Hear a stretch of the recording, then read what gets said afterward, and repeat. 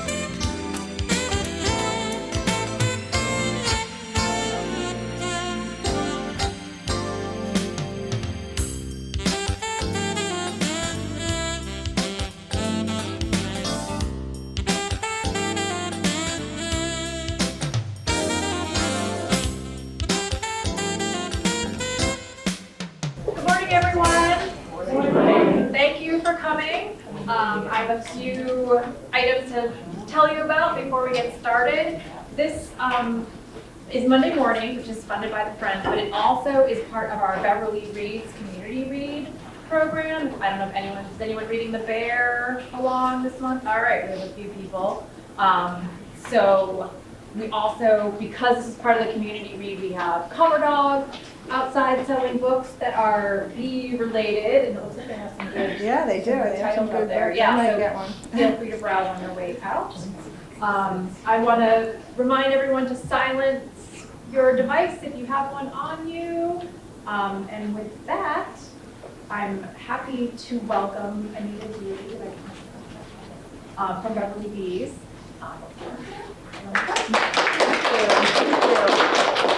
So my name is Anita Dealey. I'm the owner and founder of Beverly Bees. We're a beekeeping business based in Beverly.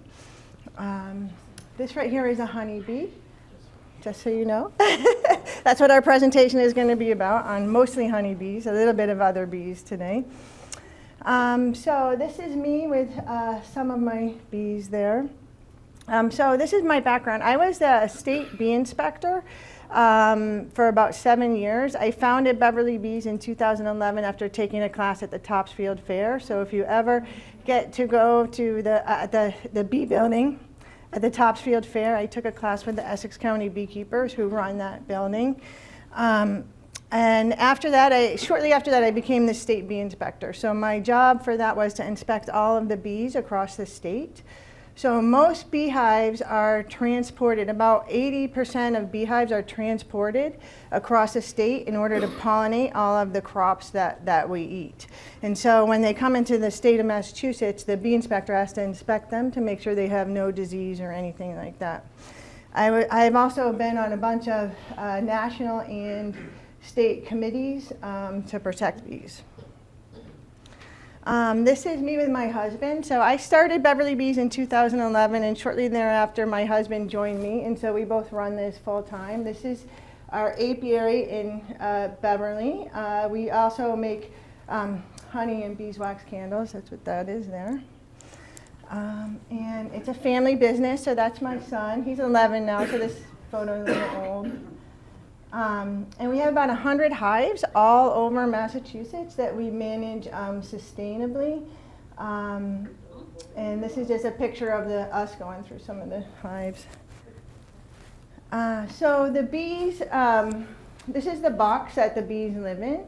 So the bigger boxes here are the boxes that the bees will have their babies in and live in. And the smaller boxes up on the top is what they store honey in.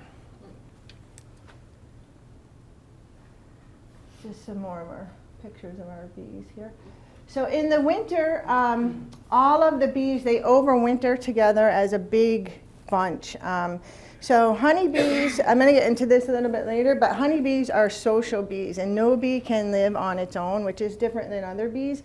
And so the reason that they gather all that honey, and the reason beekeepers can extract that honey, is because there's so many bees, and they eat the honey over the winter to survive. So over the winter, this is what the bees look like in the winter. Here, a big cluster of bees like that, and they'll vibrate their bodies and heat the hive up to about 90 degrees so that they can stay alive throughout the whole winter.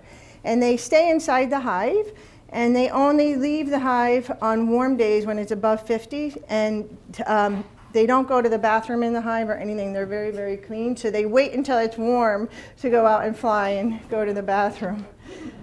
So one way you know your bees are doing well in the winter is you will see all of this is actually bees that have left the hive and then they got cold and fell into the snow. So if you see bees outside your hive, because they leave the hive to die, they're very, very clean.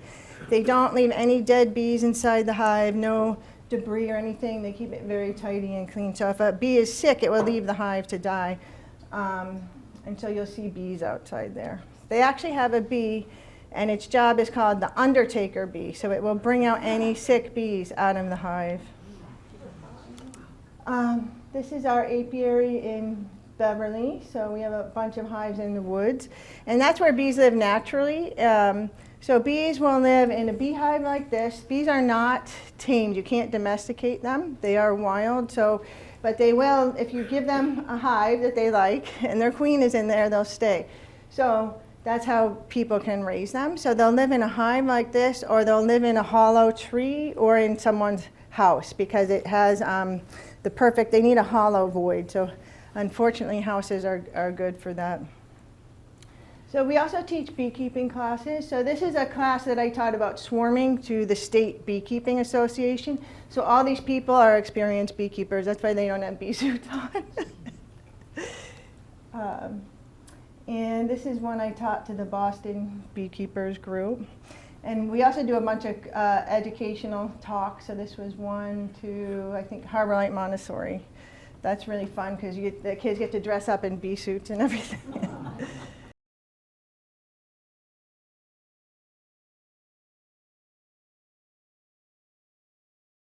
Bees, so most bees come in little boxes like this from down south if they're not local. And you will buy a bee in a box like this, about 3 pounds of bees. That's what all those boxes are.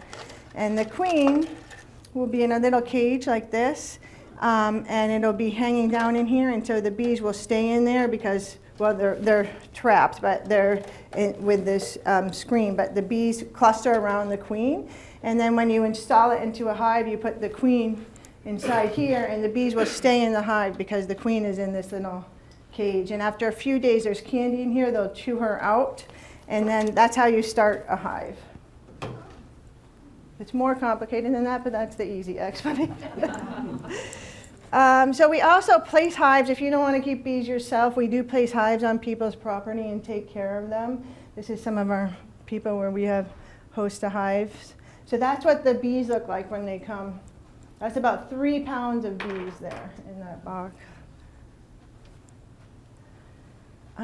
We also have hives on company properties. That's what some of this is. And then we make a lot of products from bees. So bees make honey, which looks like this, which they get from nectar from flowers. And they also make beeswax. They make their hive from wax. It looks like this in the hive. And then we melt it down, and it looks like this when they don't need it anymore. And then we make that into, candles of all different shapes and lip balms and different skincare products. Our honey has won 5 Good Foods Award. That's a national award for taste and our sustainable beekeeping practices. So this is some of our awards we've won. Best of North Shore, some of our honey awards. The beeswax candles. So we make candles at our farm in Beverly. And so beeswax is the slowest burning candle, the brightest burning candle. It doesn't drip or smoke, and it's the healthiest candle to burn because it releases negative ions, so it traps dust and debris in the air. This is what it looks like when they burn. You don't need a plate. You don't need to put it in a container. You just put a little plate under it because it doesn't really drip at all. This is our candle workshop, one of our employees making candles there. So we pour the candles into little molds like this, and then put a wick in them, and then when they're ready, we pull them out, and they look like that. So we sell our candles a lot of places. So this is Atlas Farms in Western Mass. And we do farmers market, so these are just some of the pictures of that. This one was one Brian did last week, the Revere Spring Market. So there's some of that. So we also rescue bees. So when a beehive is healthy and it's over a year old in the spring, it will divide in half, and half the bees will leave with the queen, and they'll try to find another place to live. And where they're going to live is a beehive, someone's house, or a hollow tree, only 3 places. So before they get there, they form a swarm. And so this is what you probably see all over the news everywhere, like swarms on airplanes, baseball fields, cars. So this is a temporary resting place for the bees. So the queen, the old queen will leave, and they raise a new queen in the old hive. And half the bees leave with the old queen, and they land usually on a tree like this. And then what they do is they'll sit there and they'll send out little scout bees until they find the perfect place for them to live.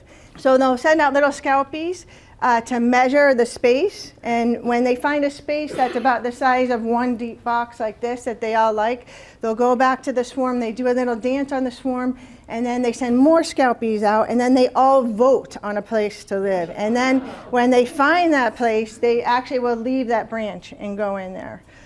Go to that place. So this is just a temporary place for them to live. Well, they're not really living, they're just hanging out, looking for a new place, moving out.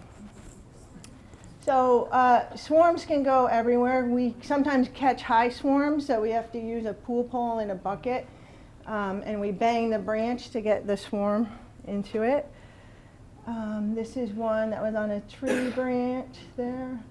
This is one we got called for on a boat in Gloucester, so they can go anywhere. We have a video of capturing this on our YouTube channel if you want to see that.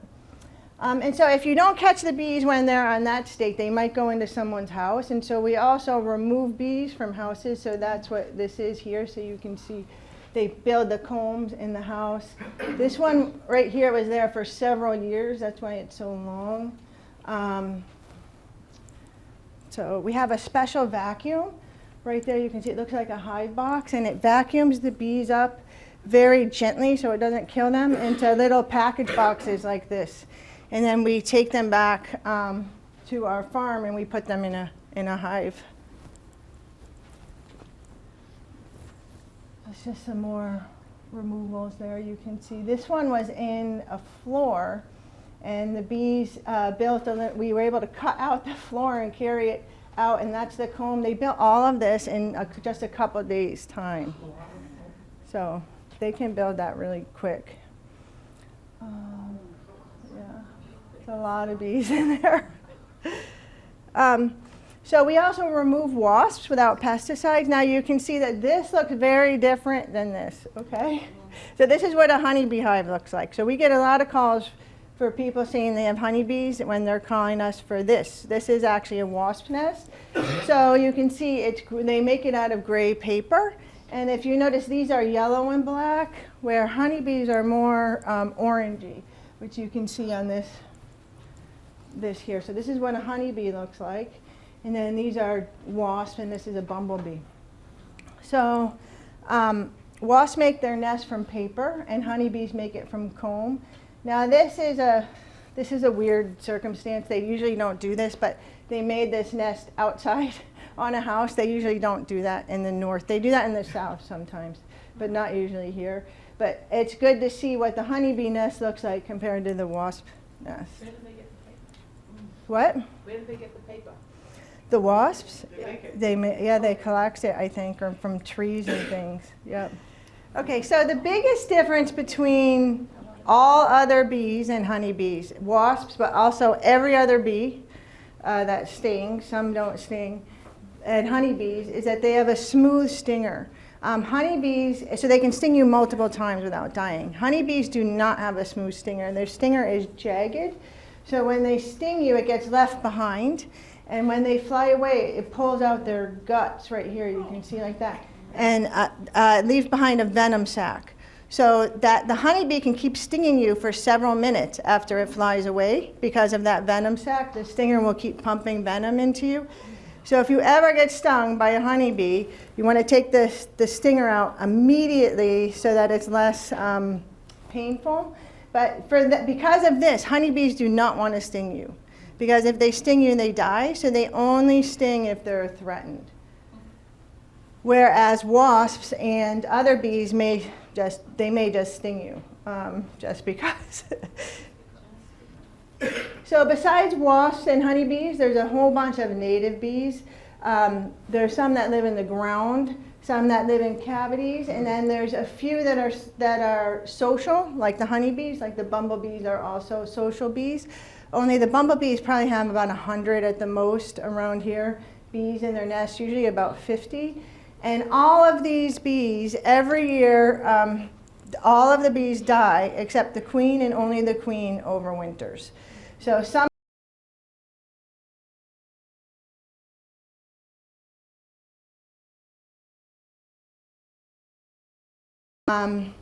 the queen can't do anything by herself. She needs all of the other bees. But bee diversity is important. Different types of bees are better pollinators to specific flowers. So there's a lot of native bees that are really good pollinators for certain native flowers that, because of their body shape, they may be able to pollinate that flower better than a honeybee. Most of them are solitary, so that's what this is. So that means that every female is a queen. There's no hive to defend. Usually they're gentle. They rarely sting. The female does everything by herself, and no other bees make honey or beeswax. Only honeybees. So honeybees are social insects, so that no honeybee can live on its own. There's about 40 to 80,000 bees in a nest, depending on what's going on during the season. They reproduce by swarming. I showed you what that looks like, and they make their nest from beeswax. So honeybees are the most prolific pollinators, not necessarily because of their body shape, but because of the sheer number of bees that are in the nest. So that's why they use honeybees to pollinate. So honeybees are also very flower loyal. So native bees will go from flower to flower to flower, but honeybees, they go to a flower that they like, they find the best pollen or nectar source, and then they go back to the hive and they tell their sisters about it, and they do a little dance on the comb, and then they send all of them back out to that one flower source. So, and they'll vote, just like they vote on where to live, they'll vote on where to go to collect the pollen or nectar. So one honeybee hive visits 225,000 flowers per day and 50 to 100 flowers per trip. So why are bees important? Why care about bees, right? Yeah. So bees make food and medicine for people. So almost everything about a honeybee has a health benefit for people. Now this is another talk I can't really get into, but everything about them, including their sting, has health benefits for people. So they make bee pollen honey, propolis, and royal jelly. And beeswax is used in so many different things: cosmetics, crayons, furniture polish, soap, candles, so many things you wouldn't even think about. But the most important thing is pollination. So this is what the grocery store would look like with bees, and this is what it would look like without bees. So bees are really, really vital to the food supply. They pollinate about 1/3 of the food we eat. Honeybees are the most prolific pollinators. There's a lot of insects and birds and things that pollinate, but honeybees are the most prolific pollinators. So they collect pollen. So the flower will make pollen, which is like a little powdery substance. And they also make nectar they only make nectar to attract the pollinators, so the flower can be pollinated. So the honeybee collects nectar and it collects pollen, and you can see the blue ball on its leg. Their pollen comes in all different colors, and it will collect the pollen and mix it with a little bit of honey, and then it sticks it to its leg. And they collect the pollen to feed the babies. The pollen is their protein source. So honeybees, this is only honeybees, okay, are completely designed to pollinate. They have hair over every part of their body, including their eyeballs. So this picture right here is a scanning electron microscope picture of a honeybee eye. So because of that, the pollen just sticks all over their body. So when they go from flower to flower, that's how they pollinate. They also put pollen on their legs, right there. They have a tongue. It's called the proboscis right here, that they suck up the nectar from the flower.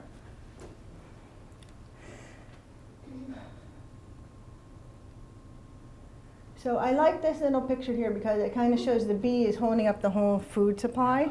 So the bee pollinates the plants, you know, and these animals eat, and then these animals eat those animals, and those animals eat those animals, and so on and so forth. So without the bee, we're in trouble. So this is pollen, bee pollen. So this is a whole bunch of pollen grains that bees have stuck together and made a little ball with honey and stuck it to their legs. And beekeepers can collect that by putting a little trap on the hive, so it just makes the entrance smaller. So when they go through some, not all of it, but some of the pollen will fall into a little trap. And this is about the pollen that a beehive will collect in one day. So the plant makes nectar. It's like a sugary sweet substance to attract pollinators, and the bees will stick their tongue in the flower and suck up the nectar there. That's what's going on here. And they turn that into honey, and honey is their carbohydrate source, so that's what they eat over the winter so they can keep their hive warm. And it takes 12 bees their entire lifetime just to make 1 teaspoon of honey. And honeybees visit about 2 million flowers to make this much honey right here.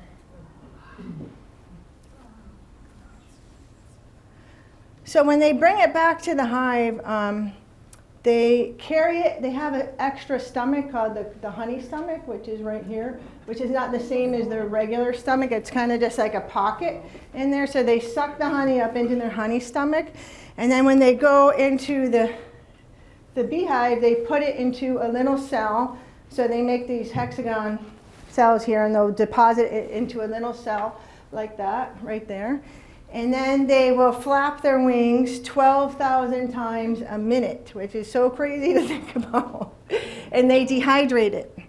And so they get the water content down to less than 18%. And then they'll put a wax capping on it like that. So they cap it over. So you can see in this picture, there's some up at the top that's not capped over, and then they put the wax capping on when it's dehydrated.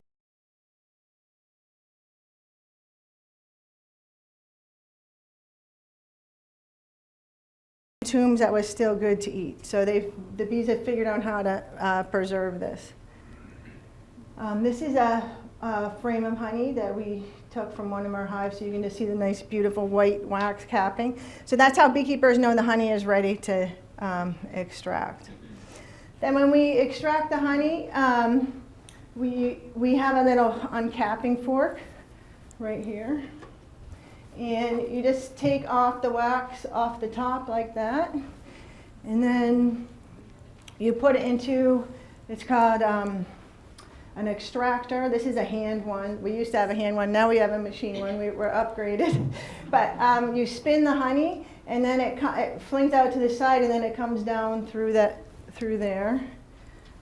In our honey one at the Topsfield Fair there. And then it goes through a little sieve like that, and then into this bucket, and then we put it right into the jars after that. So, and that's my son helping us a long time ago. He's 12 now. Yeah. Thank you. Yeah, and then we put it in jars like that. So you can also, this is called comb honey. So there's like a little stamp that you can actually take those frames and like make a little square stamp and then put it into usually a plastic container. And you can eat it. The beeswax is all edible. So if you've never tried this, this is really good. But it's hard to make because it uses all of the wax that the bees made. So it's harder to get because it takes more resources from the hive for beekeepers. But this is what it looks like in a little container, and then you can put little chunks in there and pour honey over it. That's called chunk honey. So bees, so they gather pollen and they gather nectar and they also gather water. So you can actually in your garden, if you want, you can put a bee waterer in your garden, but you have to put a lot of stones in it like this because bees drown really easy. So they can't swim, so they need a lot of places to stand on. And they also gather something called propolis. Now bees, they don't have a very good immune system, but they're like the best herbalists in the world, so they know all of the medicinal plant qualities. So they gather resins from flowers and trees, and it's called propolis, and they coat their hive with it. That's what this looks like here. So they coat all of their hive with it, and the propolis is antibacterial, antimicrobial, antifungal, and it's really, this is a little gross, but sometimes in the winter, mice will go into the hive, and the bees don't like that. They keep their hive very, very clean. So they'll sting the mouse, and it will die, but they can't actually pull it out because it's too heavy. So they coat the whole entire thing with propolis, and sometimes you go in your hive and you'll see a mouse in there, and it's like a mummified mouse, and it doesn't smell. It's just like perfectly preserved. So they used to use this when they made Egyptian mummies, actually, because it preserves very well.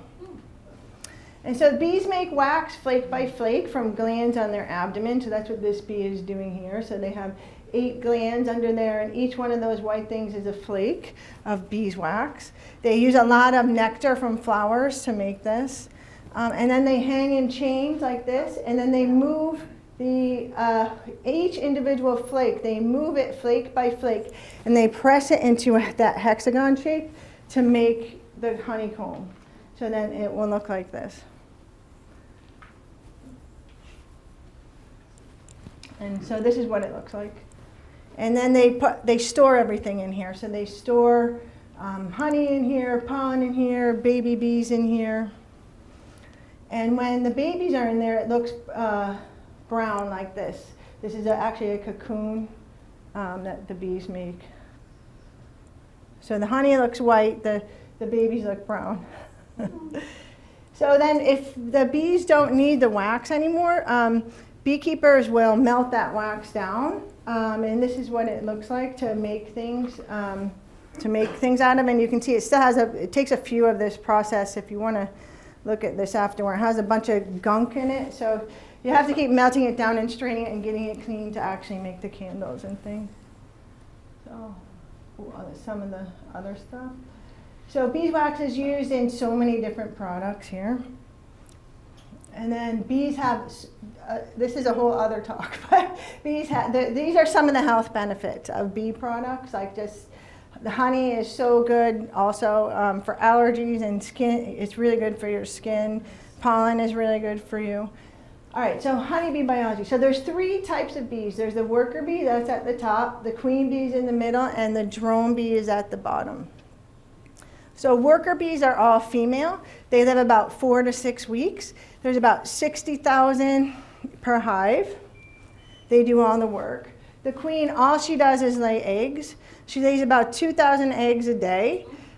She lays 1 egg about every 45 seconds. And the drones are the boy bees, and she mates with many drones. And she can live 3 to 5 years. So the drones don't do anything except mate with the queen. So here's the queen will lay an egg in the hive, and the egg hatches after 3 days. And the queen will choose, I'm going to get to this in a little bit, but the queen mates with many drones, and so then she has their sperm in them, so she chooses whether to fertilize the egg or not.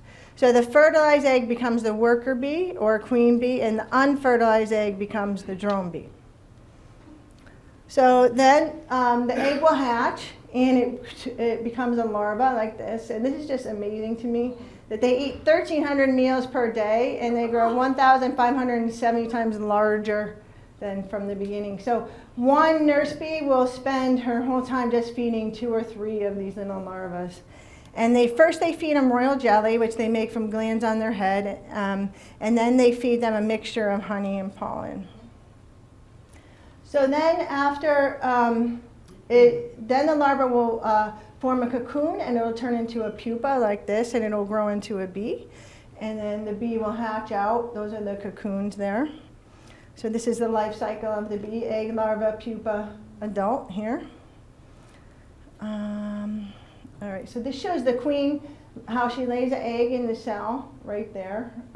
The queen actually will go and she'll measure the cell with her legs, because the bees make the hexagon shapes different sizes depending on whether they want a worker bee laid in there, a queen bee or a drone bee. So the queen bee will go and she'll measure it with her legs, and if it's a size for a worker, she'll lay an egg in there and fertilize it. If it's a size for a drone, she'll lay an unfertilized egg. And then when this is the bees hatching out, so they chew their way out here. And this right up here, you can see that big bump. That's what the boy bee cell looks like. So it's a little bit bigger, like a bullet. And this is what a queen cell looks like. It's much, much bigger. So the only difference between, oh, there's the queen bee right there. I'm pointing to her. So the only difference between the queen bee and the worker bee, because they're both female eggs, they're fertilized eggs, is the cell, but also the queen bee gets fed royal jelly her entire life, where the worker bee gets fed royal jelly and then a mixture of honey and pollen. So you can see that white stuff, that's the royal jelly. So the diet is what allows the queen bee to grow bigger and to get reproductive organs and to live for 3 to 5 years as opposed to 4 to 6 weeks. So that's kind of interesting to think about. So that's what the queen cell looks like on the royal jelly. So if you ever get royal jelly for health reasons, this is where it comes from, queen cells. So then when the queen hatches out, so they'll make a whole bunch of new queens at the same time, and then the queens will fight to their death. That's what's going on here. And then the strongest one will live, and that's the one that goes out and mates with the drone bee. So the queen bee will mate with the drone bee in the air. The drone bee, he lives about 3 months, and all he does is mate with the queen, except that after he mates, he dies. Because just like the honeybees have stingers that pull their stuff out, when the drone bee mates with the queen, his organs come out too. So after he mates once and then dies. And so this shows that queen bee has an organ. This is her ovary, but that organ, the spermatheca, is what she stores the sperm in. There. So the worker bees live about 4 to 6 weeks, and they do every job of the hive depending on their age. So 1 to 2 days they clean the cell, 3 to 5 days they feed the older larva, 6 to 11 days they start making the royal jelly, 12 to 17 days that's when they make the comb and they ripen the honey, 18 to 21 days is when they guard the hive, and then the last job they do is leaving the hive because that's the most dangerous job. So they all work together to get the job done. So this is a dandelion that had a lot of nectar, so I like that picture. There's a lot of bees on it. So bees communicate by dancing. So they do different types of dances. So they'll go out and they'll find a flower source that they think is very good quality, and they'll go back to the hive and they'll do a little dance, and depending on the direction of the sun, they'll go up or around, and then they shake their body or a lot or a little bit, and there's different names for all these dances, the round dance, the waggle dance, and depending on that, a bee that's never seen that flower will know from this dance where to go find that flower, and it will leave the hive and go right to that exact flower patch, up to 5 miles away. So that's pretty amazing. So they also, you can see these bees are sharing some food. That's called trophallaxis. So they communicate by sharing different food sources. They also communicate by buzzing or piping and different sounds. And then the biggest way they communicate is by chemical signals called pheromones. So they release a lot of different chemical signals. The queen has its own pheromone. There's this one is doing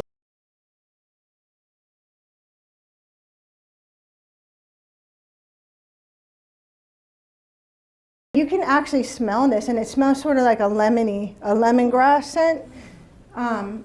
They also have an alarm pheromone, so that's what's going off on right here. So this picture right here was when I was the state bee inspector, and I opened a hive that was Africanized. So all of these bees are attacking me, and that's what that picture is. So we don't have Africanized bees up here, but occasionally they will come in for pollination, so we have to get rid of them. But that's what that was. But so they will release an alarm pheromone, and that actually smells like bananas. So you can actually smell it if they're really mad. It smells like bananas. So all the different bees have different pheromones they release. This is what the bees look like in winter. They form a big cluster there. They have, if you remember, the boxes are really tall. There's a lot of different boxes. So they start in the winter. They start in the bottom box. They store the honey on top, and then they'll move up into the honey. So as beekeepers, we know how much honey we can take by how much honey they have stored at the top that they won't move into, because they only need about 100 pounds of honey, which is a lot, but they only need about 100 pounds of honey. So once they've made more than that, we know we can take the honey. So, and soon, usually around Mother's Day, which is very soon, is when you start seeing swarms. So that's how bees naturally reproduce. So they usually swarm between Mother's Day and about the 4th of July. So if you see this, you can call us. We'll come get them for free. And when they're about to swarm, they make a whole bunch of different queen cells there. That's what that is. This is a honeybee swarm on a tree. This one, actually, you can see, this is on our YouTube channel, too, if you want to see how we caught that. My son, right there, actually caught that swarm. Here's this one on a fence. All right, I talked about this. So the scout bees, these scout bees, they decided to move into this decorative chimney piece. So that was a very hard removal my husband had to do. But they built all of this comb in there. So if you are unlucky enough to get bees in your house, hopefully that doesn't happen to you, you have to get them removed by a beekeeper, because they store so much honey in there. So you actually have to open up the space, and you need to get all of the honey out, because they thermoregulate their hive. So if you were to, say, spray the bees with pesticide, and the bees died, you're going to have honey leaking all over everything, and it's going to cause so much more problems. And it's also really hard to kill them with pesticide in your house, because they will just move over, because it's hard to get all of them, so they will just move over and then rebuild. And then once you've tried to kill them, most beekeepers will not come and get them, because the chemicals are really toxic and stuff. So if this ever happens to you, you need to call a beekeeper who knows what they're doing to take them out. I showed that already. Okay, so why are bees dying? So there's a whole bunch of reasons. You might have heard like bees are dying, and it is true. Pesticides is a big reason. Parasites, virus, diseases, bad genetics, queen problems, lack of forage, beekeeping practices, and weather. All of these are reasons why bees are dying. One of the biggest reasons is this thing, which is a mite, and it spreads viruses on the bees.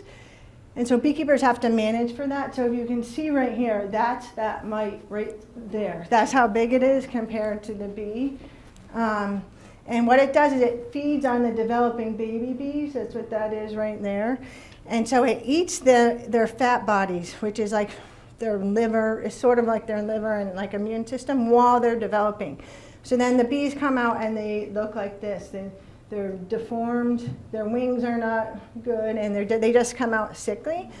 And it slowly the colony will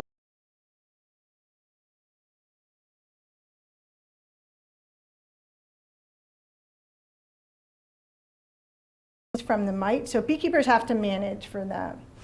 So another thing is queen problems. So queens are not doing as well. Mostly that's from pesticides, actually. It's for breeding a little bit, but mostly from pesticides, because there's so many pesticides in the environment, and bees forage about 3 to 5 miles, and so they come in contact with a lot of pesticides. Genetics, that's another reason, and mostly that's because most of the bees are owned by just a few beekeepers because of the way we pollinate. So there's only a handful of beekeepers that own most of the bees in the United States, and they transport them for pollination. So that's whittled down the genetic line over time. So bees that are localized to your environment, they tend to survive better. So you need bees that have good genetics, that are localized to your environment, that are resistant to disease, and also you want them to produce a lot of honey, because that's why you're raising bees, right? So this is some pesticides that killed bees that I inspected when I was the inspector. These bees, this was a mosquito spray truck that killed these bees. So there's lots of different pesticides, right? There's insecticides, herbicides, fungicides, rodenticides, and a lot of pesticides can have lethal and even sublethal effects on the colony, even if they don't kill the colony. So this was a whole bunch of bees that died from mosquito spraying, but the colony actually lived. Believe it or not, the colony actually lived because there's so many in there. But these are some pesticides that kill bees. So neonicotinoids is one of the worst ones. Luckily, we got that restricted in Massachusetts. I worked on that with a lot of beekeepers to get that law passed, but it's still here. Insect growth regulators, these are just pyrethroids, these are just different pesticides that can kill bees. They act as neurotoxins to the bees. So if you buy a plant for your garden and it says it's protected from all of this stuff, that means it has pesticides in it. And one of the most deadly pesticides to bees is neonicotinoids. So what they do is they coat the seed with it, and then it gets into every cell of the plant. So it gets into the pollen and the nectar that the bees will collect. So they use this in a lot of farming. So what can you do to help bees? You can stop using pesticides. You can plant a bee-friendly garden. Make sure you get organic seed. Support local beekeepers. If you see a swarm, call a beekeeper to come and save it. If you want to plant a bee garden, you want to start with safe seeds, organic seeds, untreated seeds. And then these are some plants that bees really, really like. So they love native wildflowers like asters. They really love weeds. So we don't like weeds as much, but bees love weeds. Dandelions are one of the healthiest things for bees, and all kinds of bees, not just honeybees. So if you can leave them, leave them. Clover is really good. Goldenrod. They love herbs when you let them flower. Of course, berries and fruits, vegetables, and then there's some flowers there. And trees. They love flowering trees. So here's some more plants that bees like. Which ones don't they love? There's some, like they don't go to marigolds, for instance. Yeah, there's some plants that bees don't go to. Yeah. So if you want to plant flowers for bees, you need to plant at least a 3 foot by 3 foot space of the same flower for honeybees, because they won't send all of the bees to that place if there's not enough flowers for them. So for native bees, that doesn't matter so much, but if you're planting for honeybees, you need at least like a 3 foot by 3 foot space of the same flower. Otherwise, they won't send their sisters there. And you want to pick plants that with long blooming cycles and successive blooms, so you can give them food all year round. I mean, all summer, all flowering season. These should be safe seeds, organic seeds. Oh, I talked about this, okay. So also you want to let your plants flower. So like if you're planting herbs for bees, you want to maybe, let some of them flower, because that's what they go to, is the flowers, right? You can provide a fresh water source, so just make sure that it has rocks and stuff so they won't drown. These are some of the water sources they like. Don't use pesticides or herbicides in your garden. Even organic pesticides, unfortunately, can kill bees. Anything that kills an insect is going to kill bees. So, and then just bees love dandelions, clovers. Some of these are not native plants, but bees do like them. So they're up there. So here's the 7 steps. Choose plants that attract bees, group them in the same plants together, pick plants with long blooming cycles, let them flower, provide a fresh water source, and don't use pesticides, herbicides, or anything like that in your garden. And then let the weeds flower. At least if in some area of your yard, if you can let the weeds flower, the bees really like that. And then other things, if you want to host a hive, you can talk to us about that. We do that. If you see a swarm, call a beekeeper. Oh, and I showed you all this stuff already. So I think, yeah, some of my are bee removal pictures here. Oh, and there's the queen right there. Right there. So this has rubber band on it. So when we take the comb, So we suck the bees up with a little vacuum, and then we'll take the comb out and we'll rubber band it into an empty frame, and then we put it in a hive to help the bees rebuild their hive. So, and that's it. So does anyone have any questions? Yes? So who needs to wear a protective suit and when in raising, carrying around bees? Yeah, I mean, everyone, sometimes I've seen yeah. pictures with and without. Yeah, so I recommend everyone to wear a bee suit. Okay, so it's just, you need to do that just for protection. I don't sometimes for pictures reasons, one, but also because I've been stung so much, I don't react. But I still will, because when I used to get stung, I would blow up, and that's actually normal. That's normal, okay? That's not an allergic reaction. It's normal for your arm to blow up or whatever. That's like a mild reaction. But then over time, when you're beekeeping, it can go either way. Actually, you can become actually anaphylactic, or you can become non-reactive, and that's the way I went. So if I get stung now, it hurts, but it's just like a mosquito bite.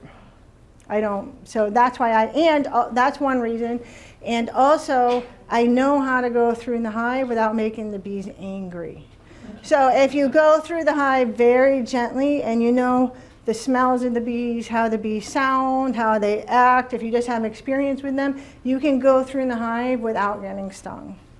So that's another reason that I don't. But I do usually, almost always, wear, even if I don't wear protection, I'll wear like a veil, because you don't want to get stung in the eye. That would be terrible. I once got stung right here in my nose, and that was very, very painful. So if I was working with Africanized bees, I would be suited up like doubly, just because they're very mean. So some of those pictures are because I just know what the bees are doing. And when bees are swarming, they don't usually sting you. So the one where none of the beekeepers had suits on, that was a swarm demonstration. So when they're swarming, they have nothing to protect, so they don't sting you. I haven't seen it, you haven't mentioned it, but isn't smoke used as a way of Yep. quieting Yeah. So yeah, I didn't really go over that. I can go over that quickly. So here is here's what like a bee jacket would look like. This is typically what most beekeepers will wear. So it has a little veil here, so nothing can get in to sting you, as long as you zip it up. Make sure you zip it up. And then there's gloves. Now, I almost never ever wear these, but a lot of beekeepers will wear these. I don't wear them because it's hard to feel the frames and where the bees are, and so you tend to smush more bees when you wear the gloves. So some, like my husband, will wear blue nitrile gloves because it actually will keep your hands cleaner. So it just depends on preference. So beekeepers may or may not wear these. New beekeepers should definitely wear them. Okay? Then there's like a hive tool here. You need that if you want to start keeping bees. So this is what lifts the frames up like this, and then you can scrape the propolis off and move the hive apart with the hive tool. And then the smoker. This is the smoker right here.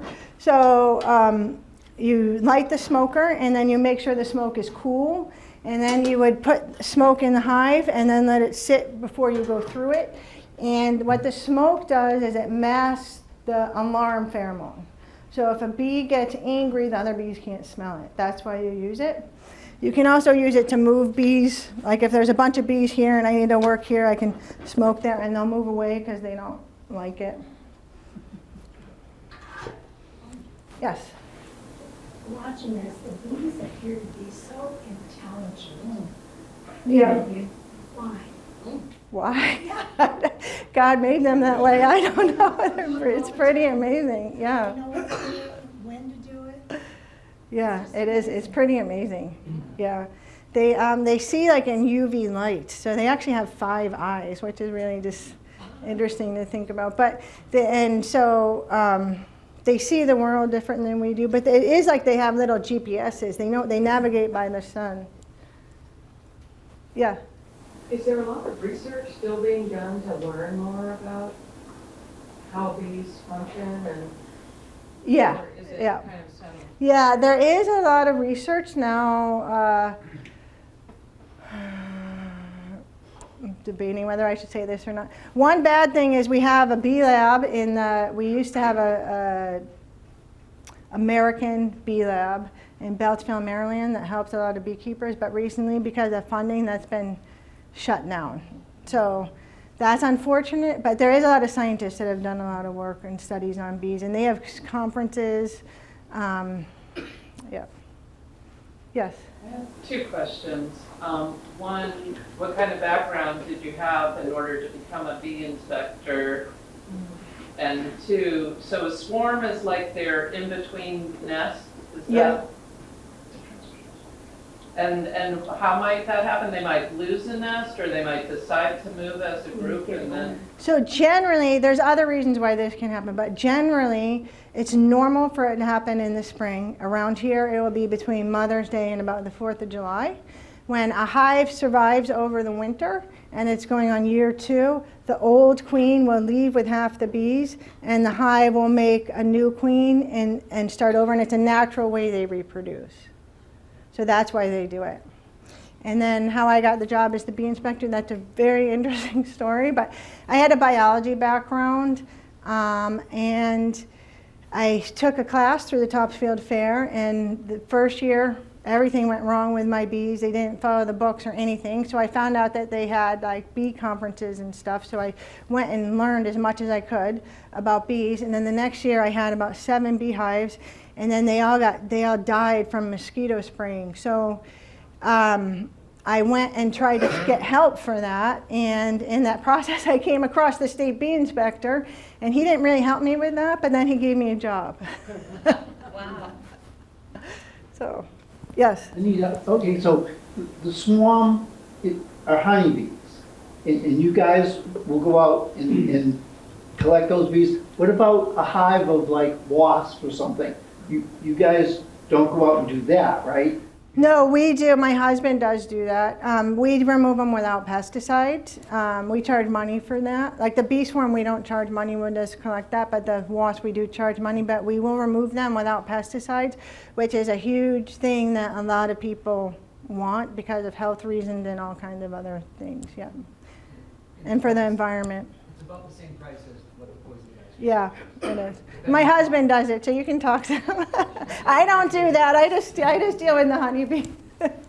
So you wouldn't call somebody else if there was an issue, you guys could handle that? Yeah. Other than the honeybees, yeah. Yep. Yes. Yeah, you mentioned that mites were bad. Now, what happens is, do they take some of the food sources that the bees want, or what is it that mites do that is Okay. bad?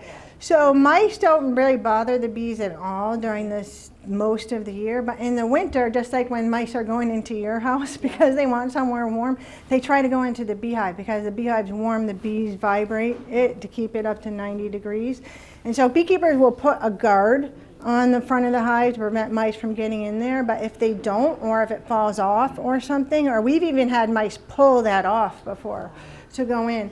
So they'll go in, and then it's nice and warm, and then what do the bees are all clustered, and they have to stay in a cluster to vibrate their bodies and keep it 95, and so the mouse is just eating their honey, their comb, all of their stuff, and so one by one the bees will come down and sting it, but the mouse goes in there for shelter and warm. Because I noticed that I have some spruce trees in the front of my house, and they get a lot of southern sunshine.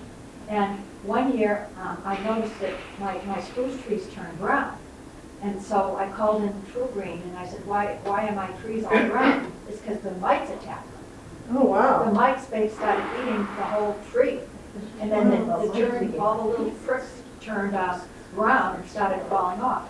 So now I have True Green coming every year to spray the trees so the mites won't come back. I never heard of that. Oh, and I've noticed it in other places too, it's not just here. If you see spruce trees, should have green leaves, and it's got all the brown ones, it's because the mites have attacked them. I don't know where they come from, but if you spray them, you get rid of them. I just pay people to improve green to spray them, so they won't come back. Yeah, just be careful you're not spraying anything that kills bees. Oh, that's what I'm not sure about. Yeah, yeah. Why would farmers use seeds that have been treated with? Because it's easy. It's easy for them. But Yeah. it's gonna kill the bees that are necessary. to But it pollinate. kills all the pests too. It kills the pests that eat the plant.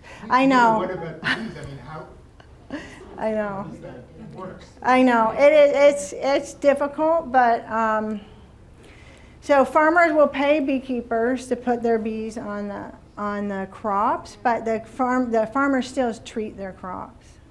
They'll still treat their crops. So So would a beekeeper not want to have their bees go into treated, so what most so treated seeds because it's gonna kill yeah. the bees? So unfortunately, that's how our food supply is. So there has to be like huge changes to the food supply. So what most beekeepers do, unfortunately, is they put their bees on those crops and then they take them off. And these are huge commercial beekeepers who have, hundreds of thousands of hives, right? So then they'll rebuild them. So they'll take them off and then they'll rebuild the colony to make it stronger. But they know that the colony is going to be affected while it's on the crop pollinating. And maybe it doesn't matter so much since the short lifespan of a bee. I mean, they're gonna die anyway, why not?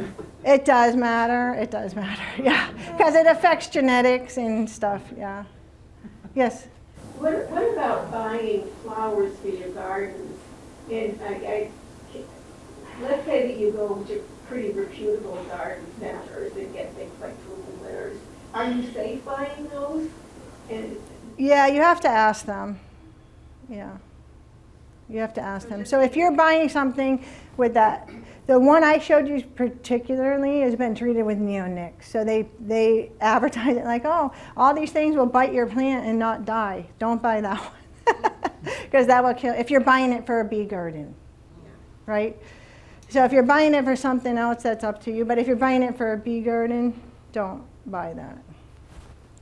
Yeah. Does preen affect Pruning? preen?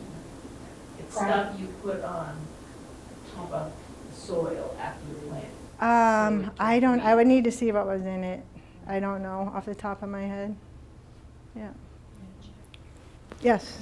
What about these bee houses you can buy with the holes in them? So that's for native bees. I have a little thing over here. So that's for native bees. So it looks like this with the little sticks in here.